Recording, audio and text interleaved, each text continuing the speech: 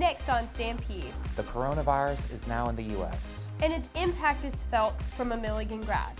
Plus, Milligan's first ever Buff's Got Talent took place this past weekend. In sports, men's and women's basketball wrap up in the AAC tournament and baseball opens in conference play. And later, we'll tell you about a graphic design showcase. All of these stories and more are up next. StampedeTV begins now.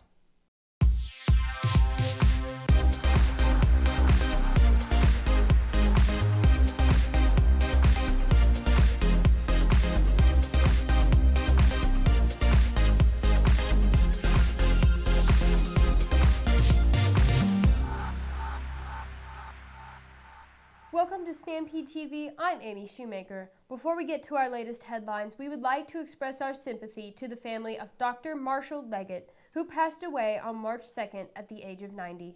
And I'm Logan Taylor. Leggett was a former president and chancellor for the college. He served as the college's 13th president from 1982 to 1997. For more information on Dr. Leggett and his legacy at Milligan, visit milligan.edu. Now to our top story, the coronavirus, now known as the COVID-19, has now reached the United States. There's an even bigger impact that hits home for a Milligan alum. Stampede Online reporter Sarah Owens joins us now to tell us about her interview with former Milligan grad Amanda Florian and how the coronavirus is affecting her. There are over 88,000 cases and over 3,000 deaths from the coronavirus. As of March 3rd, there are at least 60 reported cases in the U.S., with 9 deaths, all of which have been in Washington state. As the COVID-19 is a new strand of the virus, many are focusing their studies and learning as much as possible about the disease and its impact. Amanda Florian, a Milligan alum, is among them. She was pursuing her master's degree in news media studies in Shanghai when the news first broke, and has since returned to the States and subjected herself to a 14-day quarantine. After speaking with her, she emphasized that while there is a lot of negative media, it's important to recognize the minor and major victories of battling this disease. Thanks, Sarah. For more information on this story, please visit milliganstampede.com. Milligan hosted the first ever Buff's Got Talent show on Saturday, February 28th. I attended the show and have the story of how everything went. Buff's Got Talent took place in the Gregory Center on Saturday. Students showcased their talents in front of the Milligan community. President Bill Greer and wife Edwina were two of the judges for the show. Looking for, and the campus activity folks were looking for something that would showcase some of the real talented folks we have on campus, and they found some tonight. Wow, they were amazing. They were incredible. Yeah. The show consisted of students performing a variety of talents from singing to stand-up comedy. Joseph Dicus took home the judge's favorite performance award with his original piano score based off his own novel. Freshman Maya Yuri received the fan favorite award for her singing performance of Best Part by Danielle Caesar. Audrey Jones, one of the night's contestants, expressed her opinion on what the show could do for student talents. I definitely would. It's a lot of fun, especially if you're a student that's not studying something like music or something and don't regularly show others different talents that you might have. It's a great way to, I'm a computer science student, I get to share my musical stuff since I'm not a music student. The show was a great opportunity for students to showcase their talents to those across campus. A lot of fun. It was really good to see other people that enjoyed showing their talents as well. For some performers in the talent show, this was a step outside of their comfort zone. They push people beyond some of their comfort zones and beyond what they think their limits are. Some were nervous at first, but the longer they sang and played, the more comfortable they obviously got. And so it was really fun to see. The first Buff's Got Talent seemed to be a success with the student body, giving standing ovations to many of the performers. Logan Taylor, Stampede TV. Students hope to see the talent show return again next year. Milligan College is hosting its first ever graphic design minor show titled Second Wave in the Derthick Art Gallery.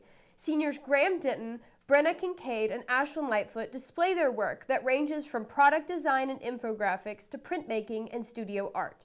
The students' majors range from the arts and humanities, sciences and allied health, and business and technology. The opening reception on March 1st, 2020 drew in alumni, faculty, and the community.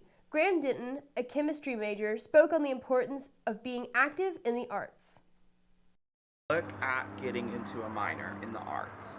Some people love to pick up a camera, some people love to pick up a paintbrush, others like to design on a computer, but I guarantee you your life will change and your collegiate career will change if you take an art class at Milligan College. The show will be up in the gallery until March 6th, 2020. On Saturday, February the 29th, students from Milligan College received awards and honors at the Greatest Show, an awards ceremony organized by the American Advertising Federation, Northeast Tennessee chapter. Students from regional schools were invited to submit their work. Junior Sydney Roten received 2 silver awards in color photography and poster design. Senior Amy Shoemaker received a silver and a gold award in campaign art direction and social media graphics. And Senior Taylor Williams received gold in cinematography for his project, Worthless Idea, as well as Judge's Choice. The Milligan College Theater Department will be putting on The Curious Incident of the Dog in the Nighttime as its spring theater production, and tickets are on sale now. The play follows the story of Christopher, a boy on the autistic spectrum, as he investigates the murder of his neighbor's dog. It runs from Wednesday, March 25th, through March 28th at 7:30 p.m. and Sunday at March 29th at 2:30 p.m. in the McLaughlin Street Theater and the Gregory Center.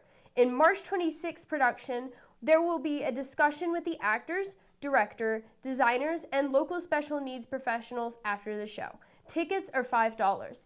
Tickets can be purchased at the box office, open Mondays from 1 p.m. to 3 p.m., Tuesdays from 10 a.m. to 11 a.m., and Fridays from 1 p.m. to 2 p.m. and 3 p.m. to 5 p.m. Tickets can also be purchased online at milligan.tix.com. For additional information, visit milligan.edu/arts or email boxoffice@milligan.edu. RA applications are now available in the Student Development Office. The application process kicked off last Tuesday with an email from Director of Student Success Heather Jackson. Students with strong leadership and interpersonal skills are encouraged to apply for the position, with benefits following any accepted applicants. Applications are due Wednesday, March the 18th. After the break, Aaron Doolittle joins us with sports. And he's got all the updates and scores. Stay tuned.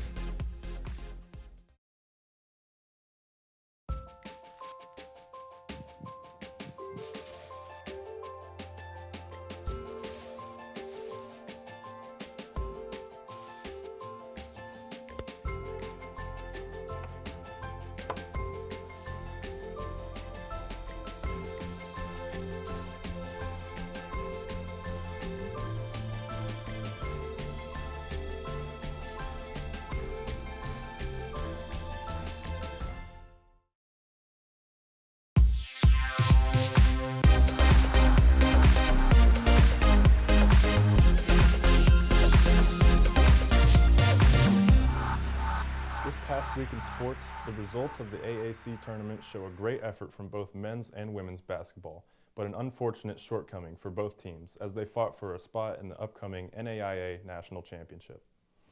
Last Friday, Milligan men's basketball put up a good fight in the Appalachian Athletic Conference tournament in Kingsport against Montreat College. However, their efforts were not enough to secure the win. Montreat sprung out of the gate with an early lead, earning 8 points within the first 4 minutes of play. Milligan began to push back slowly and finally took their first and only lead after a rebound from Deshaun Green nearing the end of the first half. The Buffs were unable to keep Montreat from granting too many points and finally tied the game by halftime, thanks to a three-pointer from Bo Pless. The second half was dominated by Montreat, creating a 34-point gap between them and Milligan, who were unable to come back. At the final buzzer, Montreat won 100-68 against the Buffs. Milligan finishes their season with an overall record 19-12. Last Saturday, the Lady Buffs also made a great effort in their final game against Union College at Meadowview Conference Resort, but were ultimately unable to return enough points in the second half. Emily Kaiser was able to keep her teammates optimistic throughout the game, taking the lead once in the first half and keeping Union's lead in the second half short, earning a total of 19 points for the Buffs. Kaiser's last three-pointer put Milligan on Union's heels with a score of 46-42 and 5 minutes left in the game. However, Union pulled away once again, scoring an additional 11 points within 4 minutes. The loss of 60-46 broke a 3-game winning streak for Milligan during the tournament, and for the first time since 2015, the Lady Buffs took a second place in the AAC Championship. And that's all we have for sports. Thanks, Aaron. And that's all for this edition of StampedeTV. For the latest news information, visit us online at milliganstampede.com. Or check us out on social. Thank you for watching. I'm Amy Shoemaker. And I'm Logan Taylor. Join us again for our next newscast on Wednesday, March 25th. Have a great rest of your day, and God bless.